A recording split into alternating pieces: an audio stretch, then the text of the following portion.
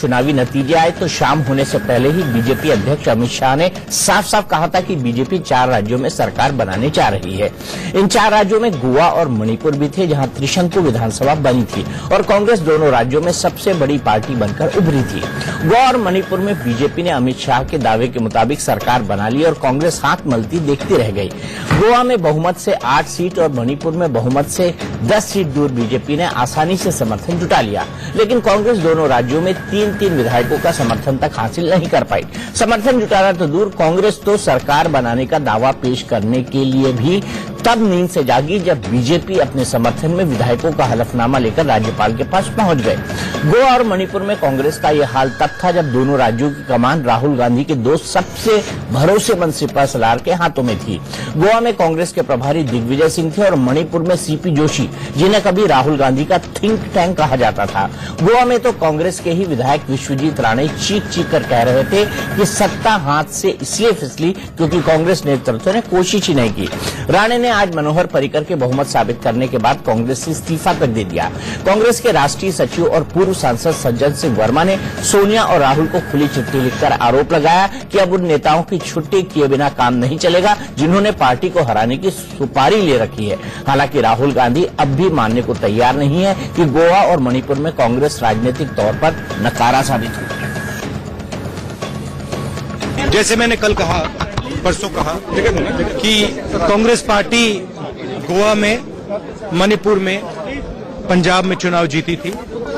BJP ने पैसा का प्रयोग किया, मणिपुर में, गोवा में सरकार चोरी की है। गोवा की जनता ने बहुत कष्ट करके कांग्रेस को मैंडेट दिया।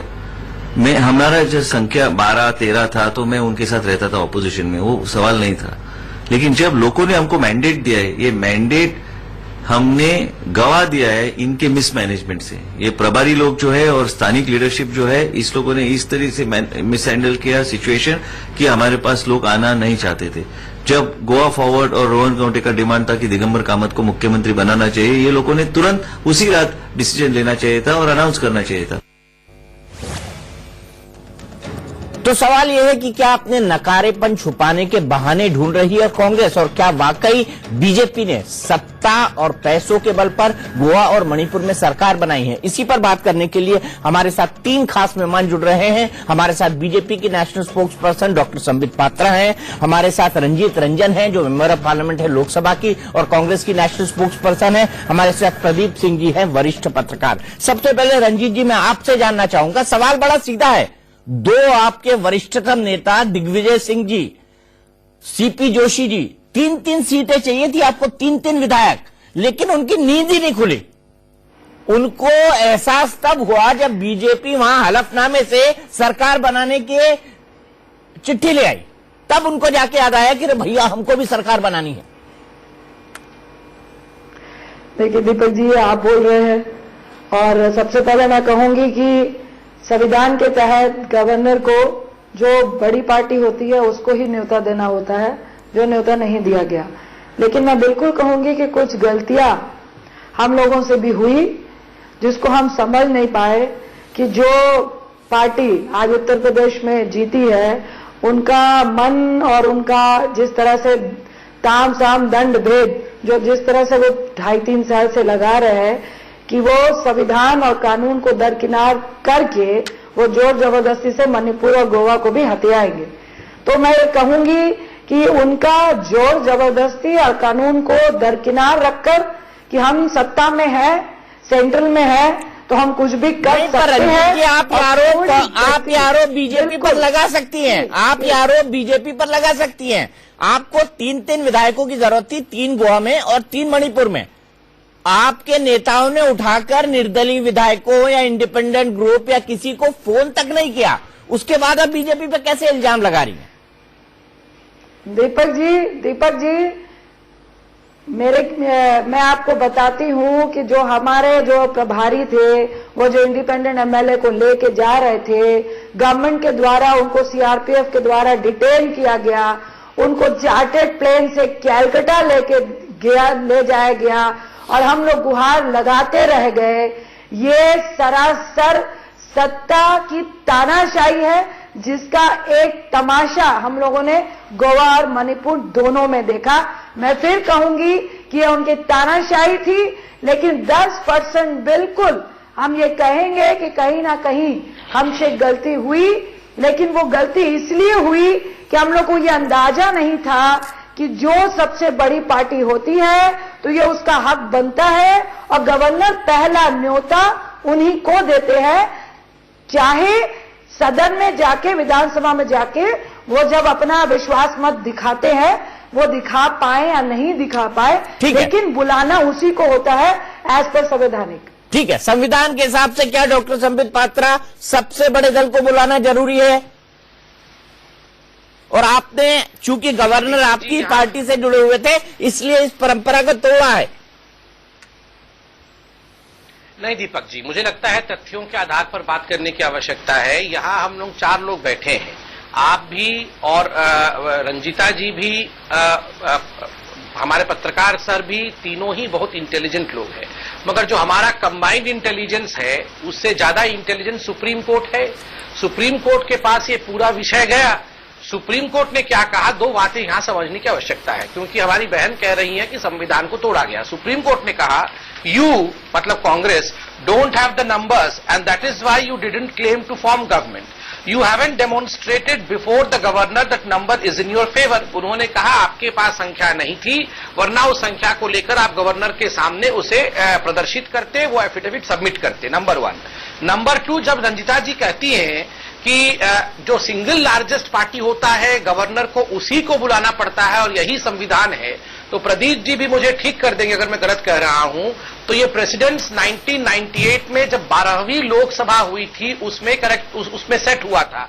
KR नारायणन जी हमारे राष्ट्रपति थे, उन्होंने उस समय, हम भारतीय जनता पार्टी उस समय 182 सीट्स के साथ आगे आई थी, नंबर 1 पार्टी थी। कांग्रेस 141 सीट लेकर आई थी, मगर कांग्रेस को बुलाया गया जब, तो उस समय ये कहा गया था, जो नोटिस आया था KR नारायण जी के पास से, मैं उस नोटिस का एक पोर्शन पढ़ रहा हूं। This procedure is not however an all-time formula because situations can arise when MPs not belonging to the single largest party or combination can, as a collective entity, outnumber the single largest claimant. उनका बड़ा स्पष्ट मत है और ये संवैधानिक है कि अगर सब मिला के सिंगल लार्जेस्ट पार्टी से ऊपर जाते हैं तो उसका क्लेम बनता है। आप देखिए दिग्विजय सिंह जी तो सोए हुए थे, वो तो सेल्फी इत्यादि खींचने में, वहां आनंद लेने में लगे हुए थे। वो कुछ राजनीतिक चिंता कर रहे थे क्या गोवा में? अगर राजनीतिक चिंता करते तो वो कॉबल अप करते एक अलायंस। तो स्वाभाविक रूप से अपने नकारात्मकता को, अपने गड़बड़ियों को छुपाने के बहाने कांग्रेस ढूंढ रही है, और ये आज से नहीं ढूंढ रही है, ये 2014 से ही ढूंढ रही है। जब हम जीते थे 2014 में एक बहुत बड़ा बृहत मैंडेट हमें मिला था, तो उस समय इनका बहाना था कि अच्छा ये क्या मैंडेट है, तो 31% लोगों ने ही वोट दिया है, 70% तो हमारे साथ है, मात्र 31% आपके साथ है। फिर वो बहाना नहीं चला तो लोगों ने कहा अरे मोदी जी तो देश को बांट देंगे, अवार्ड वापसी हो रही है, देखिए ये इंटॉलरेंस हो गया। उसके बाद भी ये बहाना नहीं चला, तो अब उत्तर प्रदेश में कह रहे ईवीएम ही खराब है, ये मोदी जी तो खराब, चलो वो तो हम बाद में बोल दिया, अब ईवीएम मशीन भी खराब, man is also bad, machine is also bad, सब खराब है, मगर खराबी अपने अंदर ही है, उसको नहीं देख रहे हैं। ठीक है, खराबी आपके अंदर है, आपको नहीं देख रहे। मैं छोटी छोटी गलतियां आपको याद दिलाता हूं। रंजीत रंजन जी, आप खुद मान रही है कि आपसे कुछ गलती हुई है। पहली गलती, विजय सरदेसाई जो आपके पोटेंशियल लाई थे, उसके खिलाफ कांग्रेस ने कैंडिडेट खड़ा कर दिया, और उसके बाद विजय सरदेसाई ने साफ साफ कहा कि मैं ऐसी पार्टी कांग्रेस को समर्थन दे ही नहीं सकता। दूसरी सबसे बड़ी बात, जब गोवा में नितिन गडकरी पहुंच चुके थे, अमित शाह कह चुके थे हम चारों राज्यों में सरकार बनाएंगे, हमारे पास सपोर्ट है, तब भी दिग्विजय सिंह जी ने रिएक्ट नहीं किया। ऐसा क्यों? उन्होंने हाईकमान से भी बात नहीं की, उन्होंने किसी से बात नहीं की, और यही हाल सीपी जोशी जी का रहा। देखिए, आप बोल रहे हैं जो मीडिया में दिखाया गया है, पर आप संबित जी से पूछिए, आप इस बात को तो मान रहे हैं ना कि अगर कांग्रेस जाती कि भाई हम पहली पार्टी हैं, हमें बुलाया जाए तो राज्यपाल बुलाते, लेकिन आपने अंदर ही अंदर कूटनीति की, आपने इंडिपेंडेंट एमएलए को, जिसको हम लेके जा रहे भाई आपने कोशिश क्यों नहीं की? मैं तो ये जानना चाहता हूँ करवाया। रंजीत जी, मैं तो ये जानना चाहता हूँ कि आपने कोशिश क्यों नहीं की? सिंगल लार्जेस्ट पार्टी होने के बाद, उससे पहले उससे पहले इन्होंने डिटेन किया, उससे पहले इन्होंने एमएलएस को तोड़ा, इन्होंने अंदर ही अंदर जिस तरह से तानाशाही से और धमका के जिस तरह से बाकी एमएलएस को तोड़ने का काम किया, वो इनकी गेम हो रही थी। फिर मैं कहूंगी उसके बावजूद 10% गलती हम लोगों से हुई, जिसका खमियाजा हम लोग को भुगतना पड़ा। पता है रंजीत जी, आपकी पार्टी के साथ प्रॉब्लम क्या है? प्रॉब्लम ये है कि गलतियां मानते ही नहीं हैं आप लोग। आप लोग ये कहते हैं कि 10% नहीं मान रही है। आप कहिए कि 10% इन्होंने किया और 90% आपकी गलती थी। भाई सिंगल लार्जेस्ट पार्टी होने के बाद आप 3 दिन इंतजार करेंगे कि गवर्नर आपको बुलाएगा तब आप जाएंगे। आप कम से कम दावा तो पेश कर सकते थे कि भाई हम सिंगल लार्जेस्ट पार्टी, हमको बुलाया जाए। संबित पात्रा जी, दूसरा आरोप, क्या वाकई मणिपुर में ऐसा हुआ था कि आप विधायकों को उठा ले गए, उनका अपहरण हो गया, सीआईएसएफ की मदद से हुआ, उनको कलकत्ता ले जाया गया और गोवा में भी आपने जो है सत्ता में रहने की जितनी चाबियां होती है उनका इस्तेमाल किया? यही आरोप रंजीत रंजन जी लगा रही। देखिए, मैं रंजीत जी का बड़ा सम्मान करता हूं, मगर एक बात बता दूं, और ये अहंकार के बोल नहीं है, जब हारता है कोई पाए तो स्वाभाविक रूप से वो बहुत सारे एक्सक्यूज ढूंढने की कोशिश करता है। विधायकों को अगवा कर लिया गया, विधायकों को किडनैप कर लिया गया, ये विधायक हैं, ये जज के सामने जाकर कोर्ट में जाके पूरा मामला सुप्रीम कोर्ट में गया। एक भी विधायक अगर ऐसा कह देता कि मुझे अगर अगवा किया है भारतीय जनता पार्टी ने, तो आप जानते हैं इसका असर क्या होता। तो स्वाभाविक रूप से इस प्रकार से एक षड्यंत्र रचने की कोशिश की जा रही है, क्योंकि ये फेल रहे हैं। दूसरी बड़ी बात है, देखिए मैं एक सवाल पूछता हूं, विधायक दल का नेता क्यों नहीं चुना 3 दिन तक? गोवा में अगर ये सबसे बड़ी पार्टी थी, इनको सरकार बनाना था, तो 3 दिन तक तो आप तुम्हारे विधायक दल का नेता चुनोगे ना। इन्होंने क्यों नहीं चुना? देखिए, आप भी जानते हैं दीपक जी, प्रदीप जी भी जानते हैं, और बच्चा बच्चा जानता है, जो विधायक दल का चुनाव होता है कांग्रेस पार्टी में, उसमें हाईकमान से राय ली जाती है कि कौन कितना उसूली करके हाईकमांड को ज्यादा कमीशन भेज सकेगा। और इसी प्रक्रिया में ये ऑक्शन हो रहा था। जब ये ऑक्शनिंग प्रोसेस चल रहा था तो हम अपने साफ छवि के साथ आगे निकल गए, ये अपना ऑक्शनिंग कर रहे थे। तो ये फर्क है, ये वरना ऐसा थोड़ी हो सकता है कि आप एक दिन में विधायक दल का नेता चुन नहीं पाएंगे। तो देखिए, भ्रष्टाचार के कारण ये विधायक दल का नेता चुन नहीं पाए, और हम बिना भ्रष्टाचार के विधायक दल का नेता भी चुन गए, और हम चीफ मिनिस्टर भी बना लिया हमने। ठीक है, प्रदीप सिंह जी, आपको क्या लगता है आज जिस तरह से मैं 1 मिनट आ रहा हूं रंजीत जी, प्रदीप जी का भी रिएक्शन लेना बहुत जरूरी है, एक निष्पक्ष रिएक्शन यहाँ पर बहुत जरूरी है। प्रदीप जी, क्या कांग्रेस की जिम्मेदारी नहीं थी कि अगर वो सिंगल लार्जेस्ट पार्टी है तो कम से कम नजमा हेपतुल्ला जो कि मणिपुर के गवर्नर है उन तक पहुंचते, मृदुला सिन्हा जी जो कि गोवा की गवर्नर है उन तक पहुंचते और कम से कम क्लेम स्टेक करते और कहते कि हमको इतना वक्त दिया जाए, हम बहुमत साबित करेंगे। देखिए दीपक जी, बड़ी सीधी सी बात है, हंग असेंबली की स्थिति में जो भी सिंगल लार्जेस्ट पार्टी है या जो पार्टी दावा करना चाहती है, पहला स्टेप यह है कि विधायक दल का नेता चुनिए। दूसरा स्टेप यह है कि अगर आपके पास पूरा मैंडेट नहीं मिला है तो आपको जो समर्थन कर रहे हैं उन दलों या विधायकों की चिट्ठी लीजिए और गवर्नर को जाके दीजिए कि हमारे इतने हैं, इतने लोग हमारा समर्थन करने को तैयार हैं, आप हमको सरकार बनाने के लिए बुलाइए। अगर कांग्रेस पार्टी ने ये किया होता और उसके बाद मृदुला सिन्हा या नजमा हेपतुल्ला ने नहीं बुलाया होता तो वो संवैधानिक रूप से गलत होता। कांग्रेस पार्टी ने नहीं किया। गोवा के मामले में तो बड़ी अजीब चीजें हुई। गवर्नर से 1 बजे का समय लिया गया, फिर कहा गया कि नहीं 3 बजे आएंगे, फिर कहा गया नहीं 5 बजे आएंगे, 5 बजे भी नहीं पहुंचे, उसके बाद भी नहीं पहुंचे। और गोवा के अखबारों में जो एक खबर छपी है, पता नहीं मुझे सही है कि गलत है, रंजीत रंजन जी बताएंगी सही है या गलत है, कि रात में 1 बजे गवर्नर हाउस में एक लिफाफा फेंका गया जिसमें कहा गया था कि हम सबसे बड़ी पार्टी हैं, हमको सरकार बनाने के लिए बुलाइए। तो ये एटीट्यूड था। 5 बजे तक जब कांग्रेस के लोग नहीं गए, 6 साढ़े 6 बजे मनोहर पर्रिकर गए, उनके पास वो विधायक दल के नेता चुने जा चुके थे, उनके समर्थन कर रहे थे विधायक, उनकी चिट्ठी थी। तो गवर्नर को उनको बुलाने के अलावा गवर्नर के सामने और कोई दूसरा विकल्प था नहीं। उसी तरह से मणिपुर में हुआ। मणिपुर में भी आप विधायक दल का नेता चुन के गवर्नर के पास जाएंगे तो बताने कि भाई हमारे साथ इतने लोग हैं, हमको बुलाइए। अगर उसके बाद गवर्नर नहीं बुलाए तो गवर्नर की गलती है। और दूसरी समस्या खड़ी कर ली कांग्रेस ने सुप्रीम कोर्ट में जाके। सुप्रीम कोर्ट ने जो कह दिया उसके बाद फिर राजनीतिक आरोप की गुंजाइश खत्म हो गई। कम से कम गोवा के मामले में तो निश्चित रूप से खत्म हो गई। सुप्रीम कोर्ट ने ही पूछ लिया कि भाई आपके पास अगर नंबर था तो आपने दावा क्यों नहीं किया। वहां नहीं किया गवर्नर के यहां, कम से कम हमारे यहां पिटीशन लेके आए हैं, यहां तो बताते कौन विधायक आपके समर्थन में है, वहां भी नहीं बताया गया। सुप्रीम कोर्ट ने कहा कि जो है 2 दिन में बहुमत साबित कीजिए विधानसभा में, विधानसभा में बहुमत साबित हो गया।